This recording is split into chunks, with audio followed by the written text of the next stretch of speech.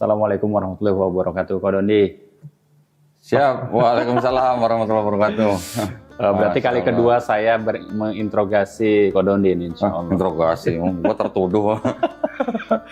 Gimana kabar? Soalnya gini kok, algoritmanya Ko Dondi ini lagi rame nih di TikTok, di YouTube. Gara-gara? Setelah debat itu, ternyata ada request baru nih dari netizen ya, terutama dari fansnya Ko Dondi nih. Soal sekarang lagi tentang Palestina dan gitu ya. Nah, ada satu video yang sekarang tiba-tiba dulu gitu ini. Oh iya. Ini bukan. Jadi kita langsung bahas aja nih sosok ini. Mbak Mas Elia, Mas lagi. Mbak. Mas. Dia ngaku cowok. Ngaku cowok. Iya. Cantik ya. Biar fansnya dia aja yang menilai ya. Oh iya. Jadi ini saya juga nonton sebenarnya, tapi melihat review dan komentar-komentarnya itu beberapa selain tentang sejarah yang dia bahas ya, yang menurut saya itu banyak informasinya ya, karena beberapa juga banyak yang membantah beliau. Ini juga dia membahas tentang kaitannya dengan agama. Nah, ini kita pengen minta penjelasan dari Ko Dondi nih. Kira-kira mana nih yang akan Ko Dondi akan koreksi? Ya. Tapi selain dia juga Ustadz Felixio juga diundang kan ya? Diundang juga. Siapa? Dr. Richard Lee ya? Iya, jadi dia dulu dari pihak Kristen ceritanya kan. Nah, Dr. Richard Lee lagi dari pihak Islam. Ustadz Felix yang diundang. Tapi yang ditayangin yang Ustadz Felixio. Nah, kayaknya kalau dia. Kira-kira nih, Ko Dondi ini akan dibahas yang mana nih? Di menit dan detik mana yang kira-kira akan Ko Dondi luruskan? Lo tadi ngeliat sendiri kan, gue juga tadi baru nonton video ini kan. Ya kita kan memenuhi hasrat ya. Hasrat. Iya. Hasrat penonton. Jadi Mang Asep ini datang nyodorin video, terus gue disuruh suruh mempelajari apa yang bisa ditangkepin gitu ya. Terus juga ada videonya Ustadz Felixio kan, sama podcast sama host yang sama. Jadi tadi saya udah ngelihat ya memang sekilas ya dua-duanya. Kalau dari Ustadz Felixio kita udah nggak usah ragu lah ya. Beliau memang ahlinya. Ahlinya sejarah. Nah, yang dari saudara nih ya, saudara Elia ini bukan Mas saudara. Katanya, Mas. Nah, bukan saudari loh ya, saudara Elia ini. Dia minta sendiri ya?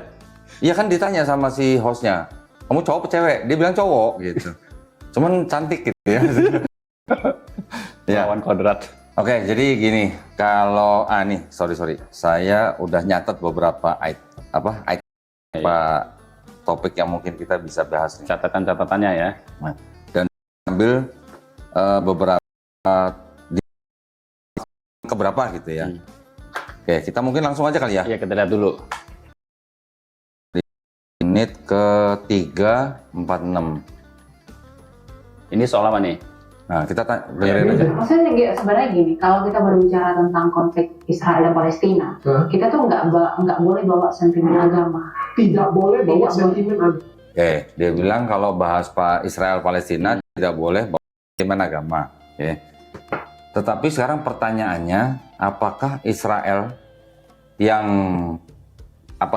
masuk ke Palestina, apakah tidak ada agenda agama juga di situ? Ada. Jelas itu. Ada kan? Latar belakangnya ada kan? Nah, terus dia bilang tidak boleh bawa sentimen agama. Tapi gue lihat dia bawa Bible. Bawa kitabnya ya? Bawa itunya? Iya, bawa Alkitab kan tulisannya kan? Bawanya bawa Bible. Berarti kan ada unsur agamanya juga. Ya, kontraproduktif yang dibilang. Nah, itu. Jadi memang agak susah kalau bilang nggak bawa sentimen agama. Israelnya juga pasti ada bawa sentimen agama. Walaupun mungkin tidak ditonjolkan. Gitu ya. Karena biar orang-orang Yahudi yang masuk ke Palestina itu, mereka juga bawa ideologi bahwa itu adalah tanah mereka. Berarti ada dong sentimen agamanya dong. Iya dong. Dan yang dia janjikan. Nah, walaupun di dalam Yahudi sendiri itu tidak semuanya setuju. Di dalam Yahudi ini kan banyak kelompok kan. Semua kelompok di dalam Yahudi itu setuju bahwa Israel harus mendirikan negara maksud gua. Nah, itu kan kalau nggak salah dia juga sebut-sebut Natura Carte kalau nggak salah ya. Itu adalah bagian dari kelompok Yahudi yang tidak setuju Israel mendirikan agama karena belum waktunya. Mereka menganggap bahwa pendirian negara Israel itu harus perintah Tuhan. Nah, siapa orang Yahudi yang mengaku menerima perintah Tuhan untuk mendirikan negara Israel? Gue belum pernah dengar. Gue belum pernah dengar. Dan orang-orang kelompok menolak itu bilang bahwa mereka memang sudah harus istilahnya terdiaspora atau tersebar kemana-mana. Dan keyakinan mereka harus mentaati pemerintah di tempat di mana mereka tinggal. Gitu ya. Itu adalah keyakinan orang-orang kelompok yang tidak negara Israel. Yeah. Terus tapi ada lain yang diprakarsai oleh Theodor Herzl yang dengan paham Zionismenya itu kan mereka harus mempunyai negara karena mereka merasa dipersekusi di mana-mana.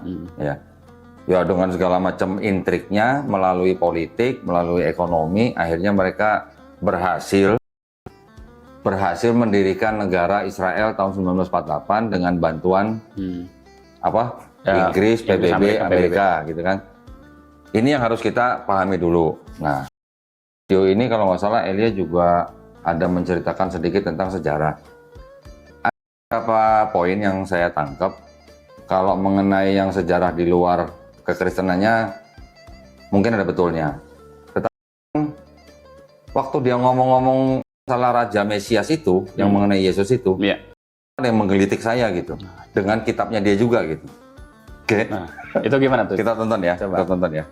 Setelah di 3 kita lihat di 426. Coba itu berapa? Itu 418 ya? Ya. Nah ini. Coba.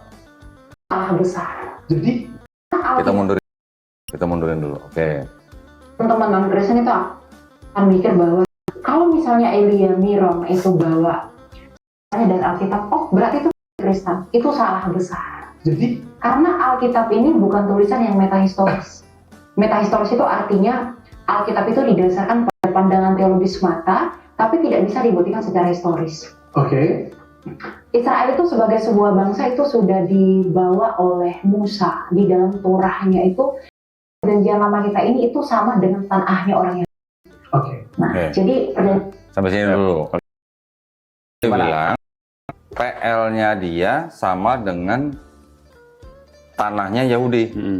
Ini justru yang kalau dipelajari, kita nggak usah pelajari dari dokumennya siapa, dokumen yang bangsa Yahudi sendiri atau yang Kristen sendiri, yang di luar aja, yang di luar mempelajarinya itu mereka bisa tahu bahwa PL-nya PL-nya Kristen itu ada hasil apa namanya? Kalau boleh dibilang evolusi boleh lah karena cukup panjang jaraknya. Adalah hasil evolusi dari tanah Yahudi yang sudah dirubah-rubah. Perubahannya apa? Gue udah sering kan bikin konten kan. Jadi Kristen itu mau pakai peraga nggak? Boleh. Biar meyakinkan gitu kan, dia juga pakai peraga soalnya. Oh dia pakai peraga ya? Jadi gue harus pakai peraga ya? Kalau ngomong pakai peraga emang lebih enak sih. Ya. Sebentar, biar makin nampak gitu kan datanya. Kan terkenal dengan data, nggak pakai asumsi. Jadi gue harus pakai peraga. Ya, yang nonton juga paham apa maksud gitu ya. Jadi yang disebut dengan tanah itu ini. Ini tanah. Tanah itu kan Torah, Nevi'im, Ketuvim. Ya. Torah itu adalah yang disebut dengan Pentateuch. Pentateuch adalah 5 kitab Musa. Kejadian, Keluaran, Imamat, Bilangan, Ulangan. Yang Nevi'im itu adalah kitab nabi-nabi. Ada nabi besar, ada nabi kecil, yaitu Yeremia, nabi-nabi kecil ada Hagai, Maleaki, macam-macam lah. Terus kemudian yang disebut Ketuvim adalah tulisan-tulisan orang-orang bijak termasuk juga nabi. Misalnya Agung, ada Amsal, ada Pengkhotbah, ada Mazmur, itu termasuk Ketuvim. Kitabnya Yahudi disebut dengan tanah. Oke. Ini dalam bahasa Ibrani. Disusun kira-kira 450 tahun 400 kira-kira lah ya. Jadi di abad sebelum Masehi. Ibrani ya. Dari Ibrani ini kemudian diterjemahkan 2 kali nih. Yang pertama, Torahnya aja. Tadi kan ada Torah, Nevi'im, Ketuvim. Torahnya aja diterjemahkan kira-kira di tahun 170 sebelum Masehi. memerintahkan Raja Ptolemy II kepada siapa? Kepada rabi-rabi Yahudi yang tinggal di Yerusalem, terjemahkan tanah dalam bahasa Yunani. Jadi rabi-rabi yang multi, mereka bisa Ibrani, mereka juga bisa bahasa Yunani. Karena pada waktu itu kan di bawah penguasa dari semenjak Alexander Agung menguasai banyak daerah di Mediterranean itu, Yerusalem termasuk bagian dari penguasaan Yunani, termasuk di Mesir. Nah, di Mesir ada dinasti namanya dinasti Ptolemy. Ini adalah dinasti bonekanya Yunani, gitu lah. Raja Ptolemy II memerintahkan 72 rabi-rabi sebenarnya. 72 rabi-rabi untuk menerjemahkan ini menjadi bahasa Yunani, menjadi ini nih Septuaginta. Ya. Nah, setelah Torah baru diterjemahkan lagi yang Nevi'im dan Ketuvim itu oleh orang-orang Yahudi yang sedang ada di Mesir. Orang-orang Yahudi ini orang-orang Yahudi yang mana? Ya, orang-orang Yahudi yang memang juga bisa dua bahasa. Mereka lama tinggal di daerah Mesir. Itu kan ada yang namanya Helenisme. Yunani. Helenisme adalah budaya yang dibawa oleh Yunani. Pada saat menguasai daerah-daerah di Mediterania itu, pasti dong selain bawa tentara juga pasti misi budayanya dong. Misi gitu ya. Misi lah. Ya kayak Belanda waktu masuk ke Indonesia juga gitu kan. Jadi orang-orang Yahudi yang sudah terpapar oleh Helenisme, yaitu paham dari Yunani kuno menjadi ini. Oke. Nah, terus ini yang menjadi PL atau Perjanjian Lama. Gitu. Tapi proses ini menjadi PL itu ratusan tahun. Bukan setahun 2 tahun gitu. Jadi ada beberapa tahapan dari abad kedua, ketiga, keempat, Septuaginta ini dikoreksi oleh bapak-bapak gereja dari mulai Origen, Lucian sampai di akhir abad keempat oleh Ignatius. Koreksinya itu membuat seolah-olah, jadi Septuaginta ini seolah-olah berbicara mengenai Yesus di Perjanjian Baru. Nah, ini dari mulai abad ketiga sebelum Masehi sampai abad keempat Masehi baru menjadi PL, gitu ya. Kekristenan itu kan dari abad pertama, kedua, itu kan juga sudah mulai menulis kitab-kitabnya sendiri. Dari mulai Matius sampai Wahyu, ya kan? Dari mungkin pertengahan abad pertama sampai pertengahan abad kedua. Disebutlah ini sebagai Perjanjian Baru. Nah, di abad keempat sudah jadi PL, yang ini Perjanjian Barunya punya Kristen, ini begini jadiin satu, ini Perjanjian Lama. Jadi, nah kan suaranya. Ini jadi sebenarnya orang Kristen, digabung jadi satu tuh. Ya. Jadi kalau tadi Elia bilang PL-nya dia sama dengan tanahnya Yahudi, sama dari mana gitu loh? Karena yang ini sudah direvisi, dimodifikasi lah. Bapak-bapak gereja tadi. Nah, jadi seolah-olah yang ini berbicara mengenai Yesus di sini. Jadi tidak sama. Sudah jauh ya ini situ ya. Pertanyaannya, apakah orang-orang Yahudi yang punya ini mengakui yang ini? Jadi kalau orang Yahudi dikasih ini, suruh baca, suruh percaya, sama mereka ini dibuang ke tempat sampah. Jadi nggak diakui. Ya, itu ya saya menanggapi dia. Ini saya ngomong bukan di kacamata Muslim, enggak. Ini dari sejarah. Silakan cek dari sumber-sumber yang akademisi lah, yang akademis ya. Bahwa kalau dia bilang PL-nya sama dengan tanah, itu justru yang salah besar. Oke. Lanjut ya. Oke, tadi PL tanah, terus kemudian 00930. Ya, ini kan karena kita udah tandain ya. Menit ke 9.30.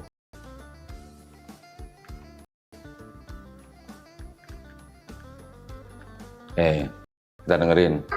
Maksudnya begini, Kristen itu kan akar dari anti-Kristen itu kan, Kristen itu kan sebutan bagi pengikut Kristus toh. Raja Mesias yang lahir di abad keempat itu. Nah, dengar ya. Ya, pengikut. Menurut dia Kristen adalah pengikut Kristus yang lahir di abad keempat. Yang lahir di abad keempat ini maksudnya Kristusnya atau Kristennya nih? Gitu ya. Kita nggak usah tanggapin dulu, biar nanti penonton juga apa pemirsa juga paham gitu ya. Nanti karena ada 2 kali pernyataan lagi yang agak bertolak belakang. Beda ya sama yang di awal. Kalau kita mau yang dianggap lahir di abad keempat itu Kristusnya, berarti itu juga salah. Iya. Karena akhirnya sebenarnya masuk ke dalam abad pertama sebelum Masehi, akhir abad pertama di tahun 4 sebelum Masehi. Nanti dia juga bilang bahwa Yesus lahir di tahun 4 sebelum Masehi. Tapi nanti di lain waktu lagi ada di di detik yang lain lagi dia bilangnya di akhir abad keempat. Nah, jadi mungkin si Elia ini masih bingung membedakan antara abad sama tahun gitu ya. Nanti kita dengar lagi. Jadi itu skip dulu lah, nanti kita dengerin lagi ya. Yang Kristen adalah Kristus, itu berarti sudah bawa teologi ya. Karena diikutin Kristen sama Yesus di dalam Bible mereka sendiri, itu juga bikin bingung apa yang diikutin gitu. Sunat enggak. Mati dikafanin, mereka mati di peti, pakai baju pengantin. Terus puasa Kristen enggak, atau ada puasa tapi tidak seperti yang istilahnya dalam Islam tuh sunnahnya Yesus gitulah, ya kan? Terus kemudian tadi apa? Yesus sunat, Yesus nggak makan babi, Kristen makan babi. Yesus mati dikafanin, Kristen nggak dikafanin. Yesus doanya sujud, ya kan? Di Taman Getsemani di Bible disebutkan Yesus doanya sampai sujud, mukanya sampai ke tanah. Mereka doanya gimana? Ya. Kita tahu lah beda-beda lah ya di gereja ya. Jadi kalau dibilang Kristen pengikut Kristus, kalau menurut kita kurang tepat. Masih debatable lah gitu ya. Ya, debatable. Kalau yang menurut pandangan Kristen itu bukan pengikut Kristus, tapi penyembah Kristus. Pengikutnya pengikut siapa? Pengikut Paulus. Karena ajaran yang dilakukan Kristen sekarang itu adalah ajaran Paulus gitu. Paulus ngajarin dosa waris, Yesus nggak ngajarin dosa waris. Oke lah, itu sih mungkin jadi panjang lah ya. Berikutnya, terus kita lihat apa lagi nih. Kalau ini, oke, di 10:34. 10:34. Sebenarnya. Oke, kita dengerin. Jelasinnya terlalu ribet, otak gue nggak sampai atau apa? Yesus itu adalah orang Yahudi. Yesus orang Yahudi karena dia adalah keturunan Yehuda secara khusus. Makanya di dalam kita juga adalah orang Yahudi. Nah, blunder. Oke. Dibilang Yesus adalah keturunan Yehuda, sama orang-orang Yahudi diketawain. Ya, karena kan di dalam Bible sendiri diceritakan bahwa Yesus bukan anak kandung Yusuf, gitu kan? Anak kandung Yusuf bagaimana bisa mengklaim bahwa Yesus keturunan Yehuda gitu.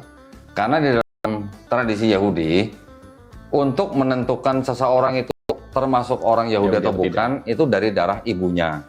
Tapi kalau untuk menentukan sukunya itu harus dari darah ayahnya gitu. Jadi karena Yesus bukan kandung Yusuf maka tidak bisa diklaim dari Yehuda gitu. Yang dia maksud Yehuda itu adalah anak keempat dari Nabi Yakub ya, atau yang disebut dengan Israel. Kita lanjut lagi. Terus di suku dari menit ke berapa nih? Yang ini kelewat di 15:22. Nah, ini yang tadi mengenai Yesus yang lahir di tahun 4 sebelum Masehi. 15:22. Di sini lah dari 15 lah. Nah, kemudian ketika dikuasai dinasti Makabi, kemudian berlanjut ke penjajahan Roma. Lahirlah Raja Mesias, yaitu Kristus pada tahun 4 sebelum Masehi. Kalau dia bilang Yesus lahir di tahun 4 sebelum Masehi itu betul. Tapi kalau yang tadi yang pertama kan, yang Kristus lahir di abad keempat sebelum Masehi itu salah. Tapi nanti setelah ini ada lagi nanti dia abad keempat beda nih. lagi. Ya, kita dengerin ya. Oke, sebentar di 16:38. 16:38. Oke, ini. Orang-orang pengikut Kristus tadi yang disebut Mesihian sama orang Ibrani. Tetapi di gereja Yerusalem itu dipimpin oleh Rasul Yakobus, saudara Kristus. Nah, ini adalah orang-orang Yahudi yang berdarah Yahudi. Tapi yang di Antioquia itu darah non-Yahudi. Tetapi tidak masalah mereka hidup berdampingan. Kenapa? Karena bagi orang Yahudi, pun Torah 613 mispot itu tidak berlaku bagi. Oke lah, itu ini lah. Tadi yang saya perhatiin dia bilang orang-orang pengikut Kristus, ya kan? Kristusnya kan udah nggak ada nih pada saat itu, karena Kristen pertama kali yang disebut di Antioquia itu adalah Yesus sudah nggak ada gitu lah. Tadi kembali lagi sebenarnya mengenai pengikut Kristus ya. Jadi itu oke lah, debatable lah. Terus kalau yang dia bilang yang Yahudi yang di Yerusalem, ada Yahudi yang di Antioquia. Tapi yang di Antioquia ini adalah orang-orang yang sebenarnya non-Yahudi. Ini kan memang semuanya adalah disebut Kristen karena sudah ada ajaran Paulus. Sebelum ada ajaran Paulus, apakah ada terpecah menjadi dua seperti ini? Gitu ya. Nah, sebenarnya. Oke, sekarang di 2540. 2540. Ini ya. Bahwa kami harus kembali ke Yerusalem. Makanya orang Israel atau orang Yahudi yang berdiaspora itu selalu rindu untuk kembali ke Yerusalem. Karena dalam semangat mereka, Yerusalem itu segala-galanya, Sion itu segala-galanya bagi orang Israel. Ini saya mau bicara gini. Jadi di awal-awal kalau nggak salah dia sempat menyebutkan ada yang namanya Zelot namanya. Zelot adalah salah satu kelompok di dalam Yahudi selain Saduki, Eseni, dan Farisi. Jadi ada 4. Sebenarnya ada 5 sih. Ada Saduki, Eseni, Zelot, Farisi, ada satu lagi sebenarnya Samaritan.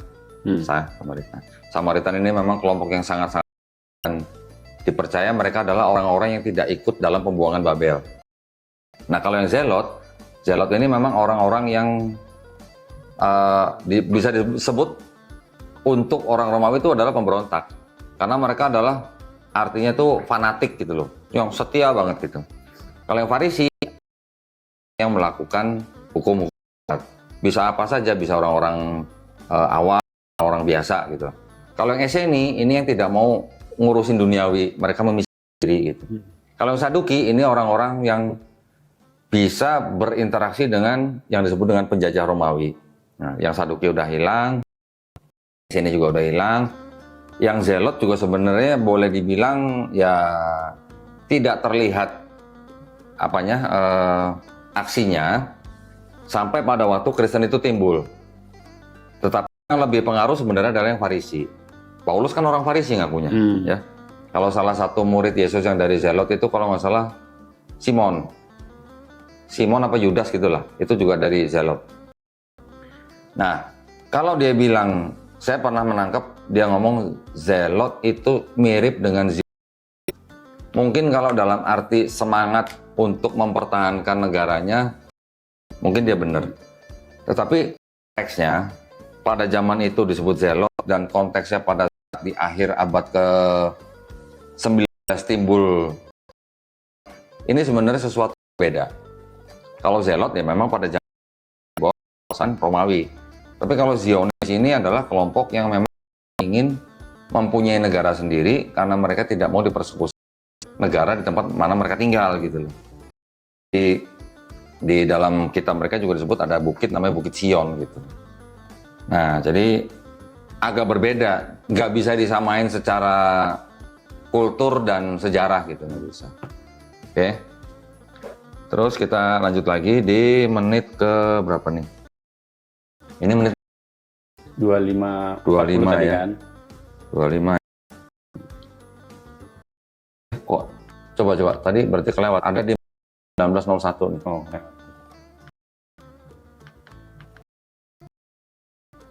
kita dengar lagi nih. Abad keempat Tuhan Yesus lahir. Abad keempat sebelum Masehi.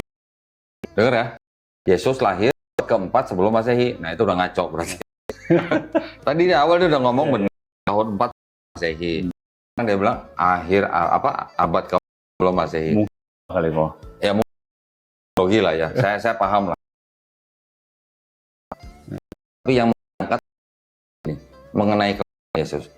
Dia mengakui bahwa Yesus lahir di tahun 4 sebelum Masehi ya.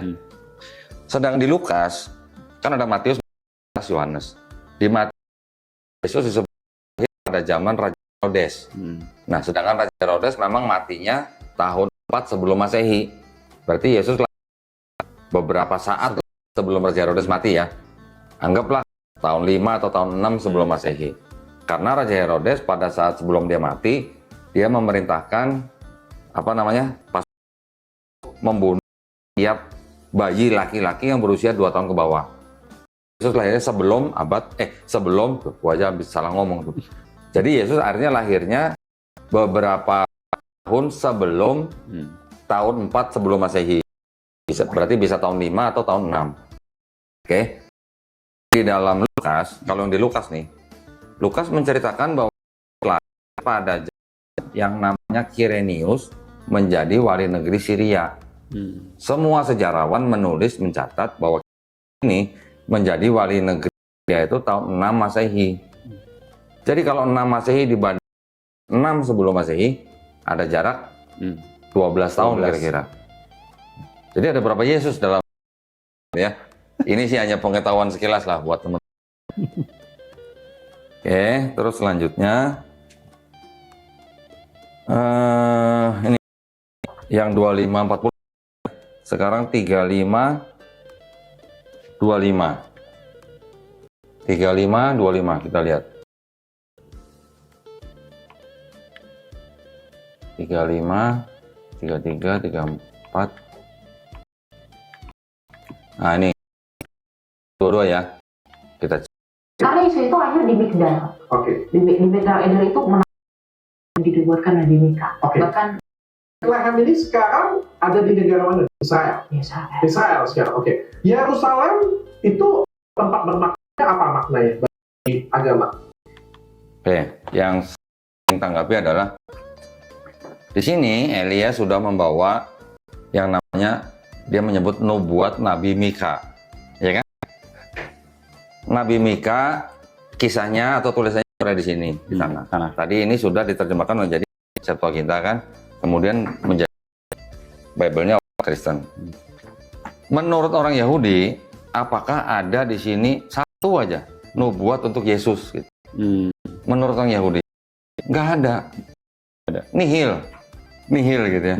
Nah, karena tadi saya bilang sudah dirubah-rubah, jadi seolah-olah yang ada di sini menubuatkan Yesus yang di Perjanjian Baru. Jadi dia sudah bawa-bawa sebuah kitab yang sebenarnya sudah dimodifikasi oleh bapak-bapak gereja sehingga seolah bicara mengenai Yesus di. Kita lanjutin. Nanti ini sebenarnya ada lebih panjang lagi. Nanti di akhir-akhir dia akan bawa-bawa mengenai nubuat lain. Sekarang kita buka di 4:18. Ini pertama-tama saya menanggapi pesan Elia dulu ya, yang ada hubungannya dengan agama dia gitu ya. 42:18. Lewat ya. Nah, oke, dari sini kita mengatakan nanti seluruh orang mengaku bahwa Yesus itu adalah Tuhan. Nah, mereka itu akan masuk di dalam perjamuan itu. Aku pengen tanya gini ya, karena aku kan melihat video kamu kan, jadi kan selama ini kan aku menganggap bahwa Yesus atau Nabi Isa itu sama. Tidak. Ini keren ya. Itu hanya anggapan orang yang, maaf dokter, saya harus katakan Saya bertanya saya bukan sombong ya. Saya bukan sombong, tapi ini mewakili keturunan. Yesus Kristus tidak pernah sama dengan Yesus Kristus, Isa Al-Masih itu berbeda. Nah, kalau arti toleransi itu apa? Itu membiarkan. Sekalipun teman-teman. Oke lah. Ya, Yesus dan Isa dia tidak bilang Yesus tidak sama dengan Nabi Isa. Dari tadi kok pegang-pegang. Begini, jadi kalau dia mengatakan Yesus bukan Isa, berarti dia belum punya yang ini, atau belum punya, bahkan ini lebih kuno lagi nih. Ada beberapa Bible yang menggunakan nama Isa Al-Masih. Nggak usah yang kuno-kuno lah, yang baru aja lah. Ini apa? Kitab Suci Injil ya, tahun 2011 yang menerbitkan Lembaga Indonesia. Sama lembaga yang dipegang. Yang dia pegang juga itu B1 itu. B1. Ini LAI diterbitkan dan dicetak oleh LAI. Pokoknya resmi lah ya itu. Resmi pokoknya. Ya, resmi lah. Ada yang bisa zoom nggak? Ada yang bisa zoom? Ini. Atau ini sini deh. Aja kok. Kurang jelas. Ya, Matius. Ini isi masih jelas ya? Jelas. Jadi yang dia katakan berbeda Yesus bukan Isa itu dia memahaminya hanya dari sisi teologi. Kalau dari sisi apa namanya dari sisi teologi dan juga dari sisi perspektif ya. Jadi yang namanya nama itu adalah bisa paralel. Paralel itu artinya bersamaan gitu. Ya. Contoh misalnya. Di sini ada tulisannya Petrus. Inggris nggak tahu Petrus. Inggris taunya Peter. Ya. Inggris taunya ada lagi nama James. Ini namanya Yakobus. Sama nggak? Sama. Nanti ada lagi Matthew. Di sini Matius. Nanti di sono di Inggris ada John. Di sini Yohanes. Tapi maksudnya sama. John sama Yohanes itu sama. Peter sama Petrus ya maksudnya sama. Begitu juga Yesus dengan Isa. Berarti Elia perlu belajar dari pendeta Ezra Soru. Ya. Dan Isa itu hanya masalah transliterasi. Transliterasi artinya gini. Kalau di dalam bahasa Ibraninya, Yesus itu adalah Yesua. Oke. Di dalam bahasa Aramaiknya itu Iso. Bahasa Arabnya Isa. Bahasa Yunaninya Isus. Bahasa Inggrisnya baru Jesus. Di Indonesia jadi Yesus. Di Jawa Yesu gitu. Jadi itu transliterasi. Jadi kalau dia bilang Yesus dan Isa tidak sama hanya karena perspektifnya yang berbeda, berarti dia tidak tahu yang namanya transliterasi. Dia harus belajar lagi dengan pendeta Ezra Soru. Pendeta Ezra Soru aja ngakui Isa, Yesus itu sama. Yang dimaksud apanya? Yang dimaksud profilnya, kalau kisahnya atau perspektifnya memang berbeda. Di situ juga diceritakan bahwa kalau Isa di Islam itu lahir di bawah pohon korma. Kalau di Kristen lahir, dia menyebut kandang domba. Padahal di Perjanjian Baru, di seluruh Perjanjian Baru tidak ada Yesus lahir di kandang domba. Hanya ada kata-kata di Yesus ditaruh di palungan. Kalau palungan sama mereka dikonotasikan lahir di kandang domba gitu. Karena ada palung. Padahal ada kata-kata Yesus di sini lahir nggak ada. Malah kalau yang di Lukas itu di penginapan, gitu ya.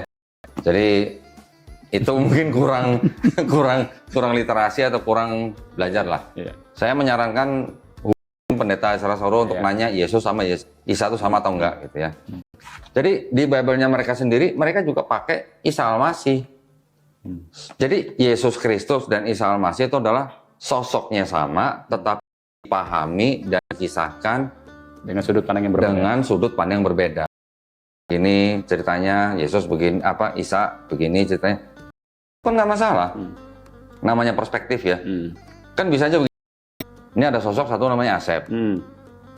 Gue taunya Asep tuh begini misalnya. Nanti ada orang lain yang tahu Asep dengan berbeda. Ya kan nggak masalah. Ya. Orangnya sama sebenarnya. Orangnya sama. Sama tadi seperti Peter, Petrus, John, Yohanes, kan sama orang. David, Daud gitu ya. Nah gitu. Jadi itu hanya para nama. Memang kalau nama memang seharusnya tidak diterjemahkan. Ya itu memang zaman dulu ya. Tapi kalau zaman sekarang, Asep ke Amerika ya akan tetap harus panggil Asep. Asep sedunia. Asep sedunia. Maka orang Amerika bisa ngomong seperti orang kita, gitu susah. Asip, gitu nanti tulis bisa begitu kan. Nah itu bedanya gitu ya. Ini juga buat edukasi aja. Terus dia juga bilang, kalau nggak salah, Yesus lahir di Bethlehem, di mana di situ nggak ada pohon korma gitu. Iya, itu dibahas itu. Nah, ada yang namanya daerah Timur Tengah itu ada pohon korma. Nah, dia nggak tahu yang namanya kota Yeriko. Kota Yeriko di Perjanjian Lama di kitabnya orang Yahudi itu disebutkan bahwa kota Yeriko adalah kota korma.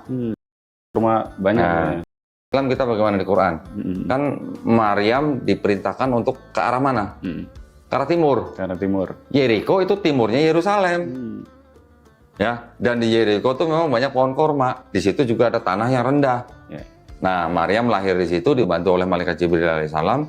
Ya, itu di Yeriko tuh memang kota korma. Di Bible disebutin Yeriko kota korma. Mau gue cariin nih ada nih.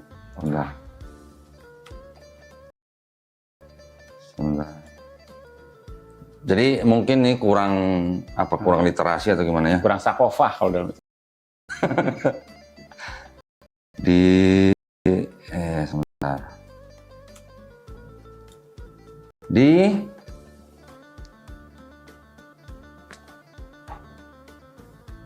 apa nih? Ulangan 34 ayat 3. Gua ambilin. Wah, kita juga pakai yang mana nih? Yang sama kayak Mbak Eli. Kalau yang sama dia tuh yang ini, yang Bible TB, terjemahan baru 1. Terus sekarang udah keluar yang TB 2. Jangan sedih. Update lagi dong. Update lagi, direvisi lagi maksudnya. Ulangan 34 ayat 3. Kita lihat di sini. Jadi dia nggak tahu bahwa di dekat Yerusalem itu ada kota korma. Ulangan 34 ayat 3. Tanah Negeb dan lembah Yordan, dataran Yeriko, kota pohon kurma itu sampai Zoar. Mau di zoom? Ulangan berapa tadi? Siapa tahu sahabat teman-teman penonton mau di Google kali. Ya udah kita ini aja. Mana sini? Situ sebentar. Enggak, di punya kodon dia aja. Sama yang punya gua. Nih, ulangan 34. Ulangan 34 ayat 3 nih ayat ya. 3. Ulangan 34 ayat 3. Nih, kebaca nggak?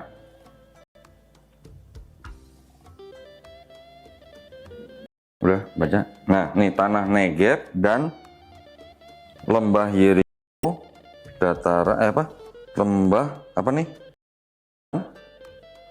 Dataran Yeriko, kota pohon kurma itu sampai Zoar. Yeriko disebut kota pohon kurma.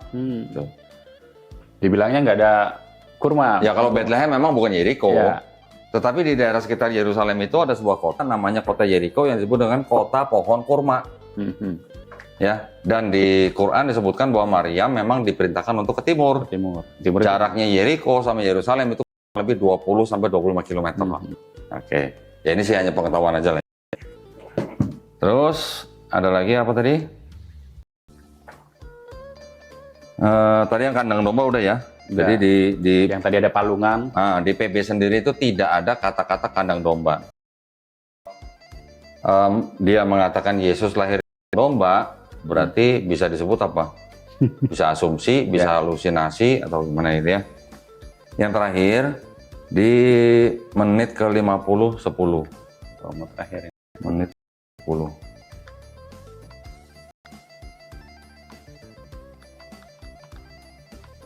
Nah ini ya, dari 52 lah. Itu harus lakukan supaya mereka ini bisa berdamai.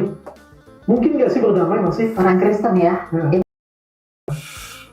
Kita nggak bisa ngelakuin apa-apa. Karena perang ini itu adalah bagian dari penutupan Alkitab. Nubuatan itu harus selesai. Nubuatan sudah pernah terjadi. Ketika Yesus itu harus mati di kayu salib, terpaku tangannya, dia dianggap penjahat, dia tak berdosa, itu disalibkan. Kemudian juga Yesus itu harus di tengah penjahat persis. Yesus harus mengucapkan Eli Eli lama sabachthani. Itu telah dinubuatkan 600 tahun sebelum itu terjadi. Dinubuatkan ya. Nubuat. Itu terkait dengan Yesus di Yesaya 53 dan juga Mazmur 22. Bahwa inilah Mesias yang sejati, bahwa dia harus seperti itu. Jadi dia bawa-bawa nubuat, gitu kan? Tadi juga dia disebutkan ada dinubuatkan oleh Nabi Mika. Sekarang dia mengatakan ada Yesaya 53 dan 22 tadi. Oke, sekarang kita lihat dari perspektifnya Yahudi dengan kitabnya mereka, yang mereka sendiri yang punya otoritas. Kalau Quran yang berhak menafsirkan siapa? Ya, kita kan. Islam kan, orang Muslim. Kitabnya Tanakh yang berhak menafsirkan siapa? Ya, orang Yahudi. Orang Yahudi. Nah, kalau PB yang berhak menafsirkan? Ya orang Kristen. Tetapi PB ini kan tidak bisa berdiri sendiri. Ya. Dia harus ditempelkan dengan terjemahannya kitab orang Yahudi direvisi. Yang sudah direvisi oleh bapak-bapak gereja. Udah pinter tuh. Jadi kalau menurut orang Yahudi, apakah di kitabnya mereka, di kitab Tanakh ini ada nubuat untuk Mesias yang bernama Yesua, ya, atau Iso, atau Isa, atau Yesus, atau Jesus lah. Menurut Yahudi sama sekali tidak ada. Nihil. Kalau dia bilang Yesaya 53 itu ditafsirkan oleh ulama-ulama Yahudi itu bukan kecuali untuk bangsa Israel sendiri. Oke. Kalau yang dia sebut nanti ada Mazmur 2 itu juga bukan Yesus, tetapi itu adalah keluhnya Nabi Daud yang sedang dikhianati orang-orang dekatnya. Ada Yesus gitu loh.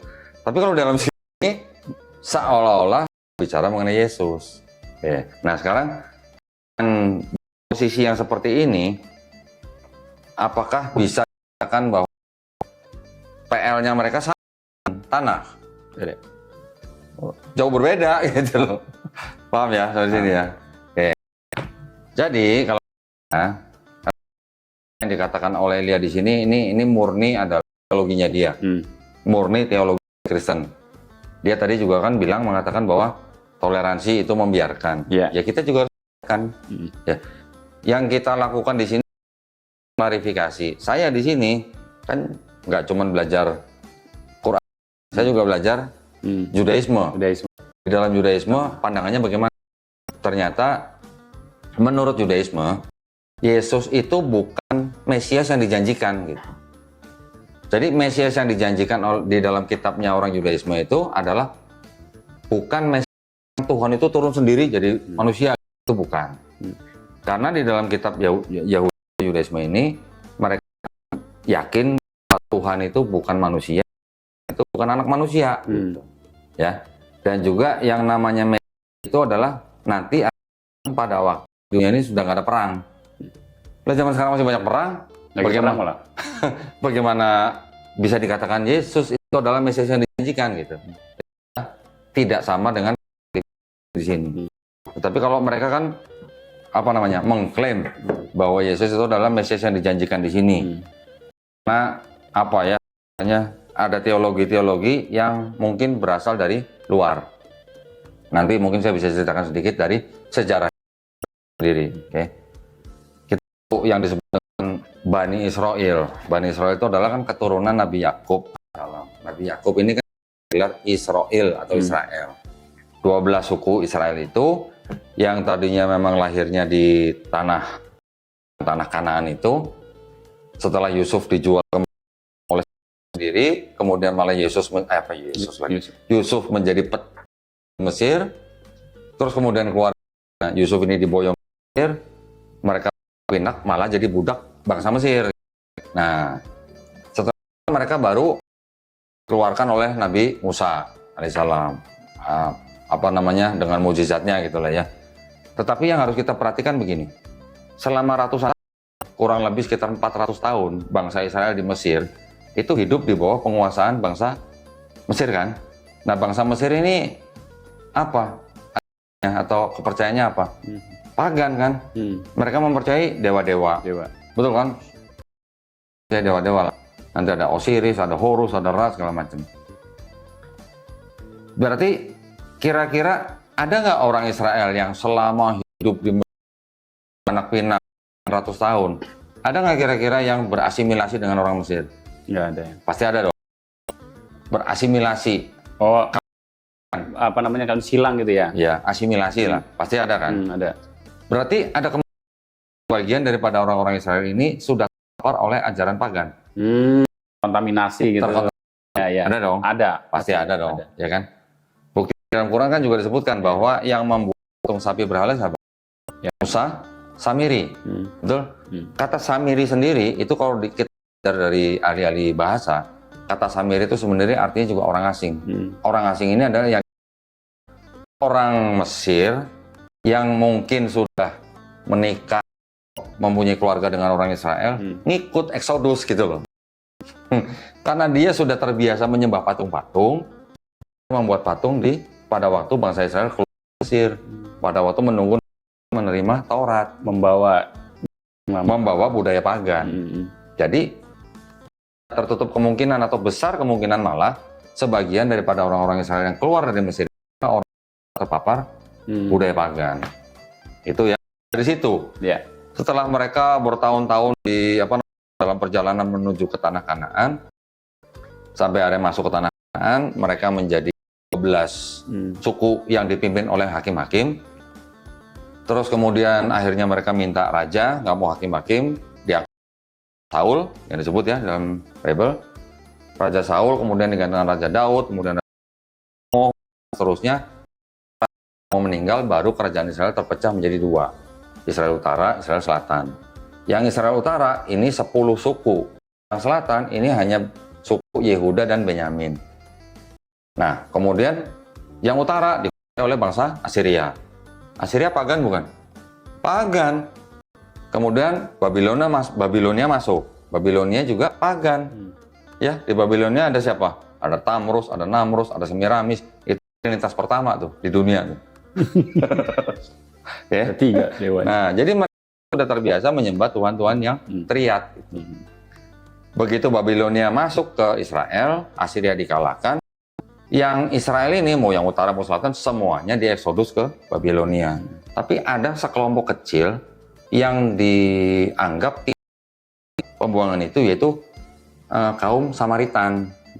Kaum Samaritan ini dipercaya dia adalah keturunan daripada Nabi Yusuf alaihissalam. Nah, ini yang mereka dirinya kelompoknya sebagai orang-orang penjaga Taurat. Nah, jadi Taurat yang dipegang oleh Samaritan ini dengan Taurat yang dipegang oleh orang-orang Israel pada umumnya, di dalamnya ada kira-kira 6.000 perbedaan. Banyak ya. Itu ada bukunya. Ya. Apa judulnya? Diambil lagi peraganya. Ini dalam bahasa Ibrani. The Torah, Jewish and Samaritan version, artinya dibandingkan. Ini dua-duanya dalam bahasa Ibrani ini. Kalau yang di sini ada tanda baca, ya, berarti yang Jewish Yudea atau yang Yerusalem. Kalau yang masih gundul begini, tidak ada tanda baca, inilah yang dianggap sebagai orang Samaritan. Dari mulai Kejadian, Keluaran, Imamat, Bilangan, Ulangan, itu di dalam satu buku ini dibandingkan dan ada 6.000 perbedaan. Banyak banget ya. Nah, terus saya lanjut. Tadi setelah mereka dibawa ke Babel, di Babilonia kan, kemudian Babilonia diserbu oleh Persia. Persia menang, barulah oleh Raja Kores namanya, bangsa Israel diizinkan kembali ke tanah Kanaan. Nah, sekian tahun, setelah mereka dibangun bait suci yang kedua. Bait suci yang pertama kan dibangun, bait suci yang kedua baru diizinkan untuk dibangun kira-kira di abad ke-6 lah, sebelum Masehi. Terus dari itu bait suci sampai mereka dikuasai oleh siapa lagi? Oleh Yunani, oleh Romawi gitu. Kalau dia bilang ada bait suci yang kedua dihancurkan tahun 70 Masehi Titus, dia benar. Nah, berarti pertanyaan saya, bangsa Israel itu dari mulai mereka hidup di Mesir, terus kemudian hidup di tanah Kanaan, mengalami penguasaan oleh bangsa Mesir, penguasaan oleh bangsa Assyria, penguasaan oleh bangsa Babilonia, penguasaan bangsa Persia, dan dengan dilanjutkan lagi dengan penguasaan oleh Romawi. Semua ini bangsa-bangsa yang sudah terbiasa.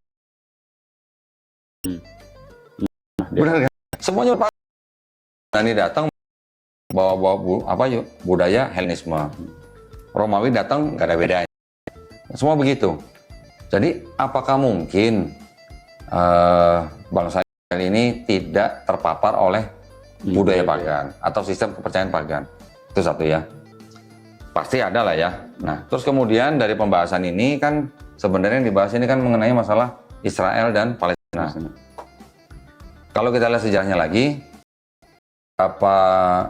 sebelum Masehi, bangsa Yahudi sudah memberontak.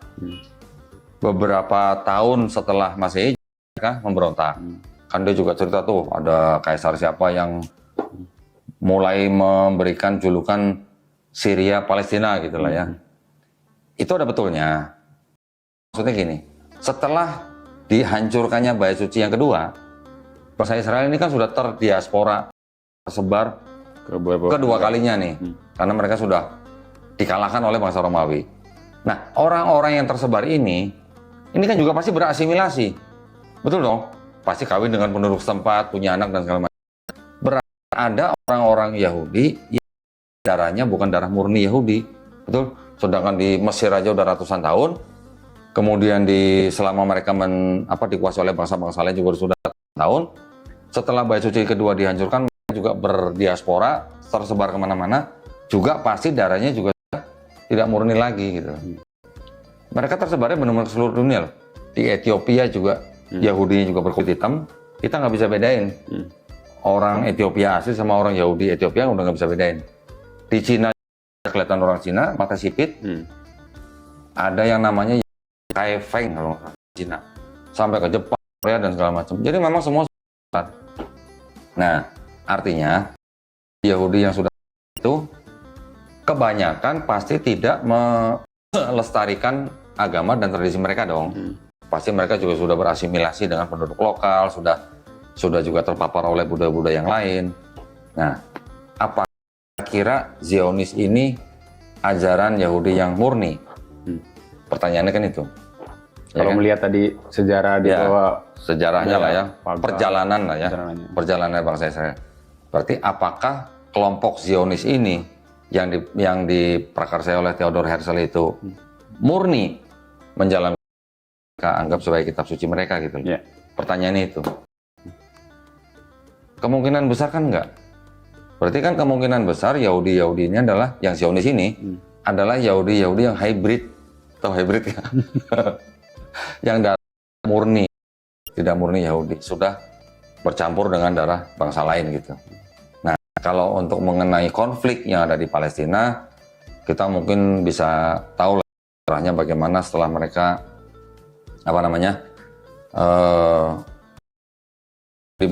mereka tersebar, akhirnya tanah itu sendiri setelah diserahkan kepada Umar bin Khattab, sahabat Nabi Muhammad SAW, kemudian di akhir atau di kira-kira ke-10 atau 11 terjadi perang salib di abad ke-13 Masehi. Kemudian ada lagi perjalanan sampai akhirnya Theodor Herzl mencoba membeli tanah di Palestina dari Kesultanan Ottoman ya, dari Sultan Abdul Hamid, tidak diberikan sampai akhirnya apa? Mereka ini kan sudah sekian lama tinggal orang, tetapi kan ya mungkin karena mereka juga pintar, mereka bisa menguasai ekonomi. Dengan ekonomi akhirnya kan mereka bisa mempengaruhi pemerintahan atau politik. Nah, karena mereka sudah berkuasa di dalam hal ekonomi dan politik, mereka itu yang mengatur supaya mereka bisa kembali ke negara Israel dengan dengan ideologi Zionis itu tadi gitu loh.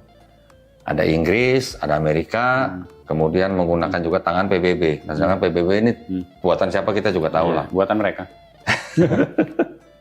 Nah, jadi setelah mereka berhasil masuk ke tanah Palestina itu, malah sama diakui sebagai negara, Palestinanya malah nggak diakuin, kan pasti konflik terus kalau begitu. Ya namanya rumah kita didudukin sama orang, masa kita mau diam aja? Awalnya kita menerima tamu kita dengan tangan terbuka, setelah mereka beranak pinak, mereka bisa malah jadi pemerintahan yang mengatur kita yang sebagai tuan rumah. Gimana sih? Ya pasti konflik lah gitu. Ya, kalau mau dibilang tidak ada sentimen agama, tidak juga. Dibilang ada sentimen agama, ya sudah pasti ada sentimen agamanya. Orang Yahudi yang masuk ke Palestina itu juga di belakangnya mereka ada agenda sentimen agama gitu. Walaupun ada kelompok mereka menganggap bahwa itu tindakan yang salah karena belum waktunya mendirikan negara Israel. Enggak ada, aku diberitahu sama Tuhan kan sudah waktunya kan. Ini hanya orang-orang Zionis ini bisa dianggap begini, orang-orang Yahudi yang ingin mempercepat apa namanya, nubuatan gitu, buat yang ada di ininya. Nah, jadi yang dianggap Mesias akan datang gitulah. Jadi mereka juga mempercepat, ada yang namanya kalau nggak salah kan ada sapi merah. Nah, Mereka sama membuat apa? Pesta-pesta yang Usaha seperti membuat ada sapi merah gitu-gitu. Kelompok yang lain menganggap itu salah, itu belum waktunya gitu loh. Nah, jadi kita juga bisa ambil apa namanya? Hanya begini. Kalau kita ngelihat dari sejarah-sejarah seperti ini dari kitab. Jadi sebenarnya boleh dikatakan Kristen itu adalah sempalan Yahudi gitu. Sempalan. Kalau lihat dari kitab-kitab tadi. Iya dong, nah kan berasal dari sini, tapi yang ini kan udah dirubah-rubah. Tapi ini nggak mengakuin. Nah iya, makanya jadi sempalan. Iya. Sempalan artinya kitab awalnya satu ini, walaupun ini sama ini bedanya 6.000 ya. Tapi dari sini sudah berubah menjadi ini, digabung dengan ini, dan ini udah berubah-ubah. Jadi perspektif yang aslinya sudah berbeda dengan perspektif yang baru. Gitu. Boleh dibilang sempalan dong berarti dong? Ya. Gitu ya. Karena kan kekristenan juga yang mendirikan siapa? Ya orang-orang Yahudi juga. Tetapi orang-orang Yahudi yang tidak sama dengan yang ini. Gitu. Kira-kira mencakup nggak semua dari yang dia ini? Jadi kan sebenarnya kalau kita kan videonya Mbak Eli ini kan lihat dari perspektif Kodondi ya. Beda dengan kalau teman-teman lihat di channel-channel lain atau video-video lain, melihat dari perspektif sejarah seperti yang Dr. Richard Lee menggunakan Ustadz Felix Show. Mungkin teman-teman kalau melihat dari perspektif melihat di episode dengan Ustadz Felix Show itu dibahas. Nah, kalau dengan Kodondi ini membahas tentang tadi karena beliau membawa Alkitab dan menyinggung tentang agama dan kalau menurut saya sih insya Allah sudah mencakup kok. Cuman permasalahannya ini soal konflik sebenarnya. Kita bukan konflik sebenarnya, tapi genosida yang dilakukan oleh Israel. Nah, ini kan dia bilang, ya kita nggak bakal damai karena sama lain saling mematikan kan gitu ya. Nah, ini sebenarnya kalimat beliau ini bahaya, saling mematikan. Padahal dari pihak Gaza ya, Hamas sendiri bukan ini membela diri. Seperti dibilang, pokoknya masa nggak membela diri kan gitu ya. Runtutan sejarahnya sebelum tanah Kanaan itu diduduki oleh orang Israel kan sudah ada bangsa yang sebelumnya ya walaupun bangsa itu sudah tapi kan pasti sudah ada yang menduduki lagi sebelum bangsa Israel itu mati. Kalau mereka hanya berdasarkan kepada yang namanya tanah yang dijanjikan, kalau tanah dijanjikan gimana ya, itu kan berarti kan klaim satu pihak. Nah, jadi kalau kita melihat sejarahnya lagi kan, apa bisa kitab suci dijadikan pijakan untuk mendirikan negara gitu? Kira-kira bisa nggak? Iya. Gitulah kira-kira lah. Ya, padahal tanah itu sudah diduduki atau dikuasai oleh beberapa bangsa, nggak cuma satu gitu. Ini sudah menguasai ganti ini, menguasai ini ganti ini, sudah beberapa kali. Jadi pada waktu akhirnya kelompok Zionis ini berhasil mereka melalui jalur ekonomi, melalui jalur pemikiran, melalui jalur politik yang akhirnya bisa memanfaatkan orang-orang pemerintah Inggris, Amerika sampai PBB sekutunya lah ya. Sampai mereka bisa diakui menjadi negara, berarti kan ada sesuatu yang nggak adil juga. Kenapa kalau PBB mengakui negara Israel, kenapa PBB tidak mengakui negara Palestina? Gitu loh. Berarti kalau sudah begini kan ini udah politik. Karena Israel itu anak kandung dari PBB, Amerika dan Inggris. Bisa juga memang Yahudi yang berada di balik ketiganya itu. Gitu. Nah, orang-orang kaya Yahudi yang atau di Inggris kan mereka mau menjatuhkan satu negara kecil pun kan mudah gitu loh. Ya, dulu ingat waktu kita lagi krisis moneter kan, mereka mau menghancurkan satu negara, Argentina waktu itu kalau nggak salah. Itu mudah buat orang yang berkuasa di Amerika. Kalau nggak salah siapa? Soros ya. Pernah dengar nggak? Yang apa? Jadi Chris Mon besar-besaran. Iya, George Soros kalau nggak salah. Itu kurang lebihnya begitu. Penguasa-penguasa ini kan ya, mereka adalah dari Yahudi ya. Otomatis ya mereka bisa menggunakan kekuasaannya. Punya pengaruh. Mungkin saja juga negara-negara Muslim di sekarang diam juga bisa jadi karena pengaruh mereka juga. Nah, sekarang kita lihat aja negara-negara Islam di Timur Tengah. Kan menjadi negara kecil-kecil. Ya, itu kan karena kekalahan perang ketika Ottoman dengan sekutu. Iya. Akhirnya Setelah kalah perang dijadikan negara kecil-kecil. Kenapa dijadikan negara kecil-kecil? Ya supaya tidak bersatu. Nah itu tidak bersatu dan supaya dikendalikan atau supaya mudah diadu domba. Gitu. Nah, iya karena dijadikan kecil-kecil, lalu pemimpin-pemimpinnya di bawah tekanan mereka, ya kan?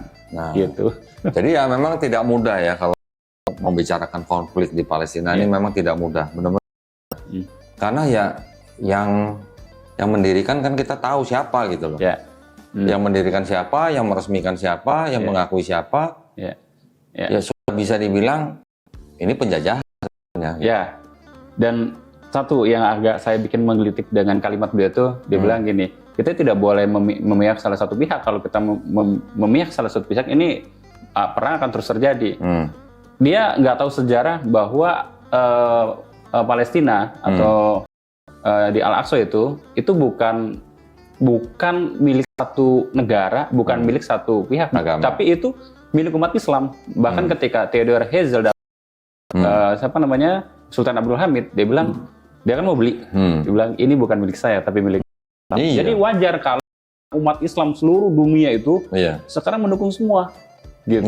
Betul. Bahkan sekarang bukan umat Islam aja yang kita lihat di tempat-tempat lain, kan? Iya. Jadi ya kita harus paham juga yang namanya namanya sejarah itu kan kita juga harus melihat. Kita nggak usah bawa agama dulu dah. Ini secara logika gitu misalnya. Secara kemanusiaan lah. Secara peradaban gitu lah. Banyak orang berperang untuk menguasai suatu wilayah, ya sudah pasti itu adalah sebuah yang namanya sebuah usaha gitu ya untuk menguasai wilayah itu.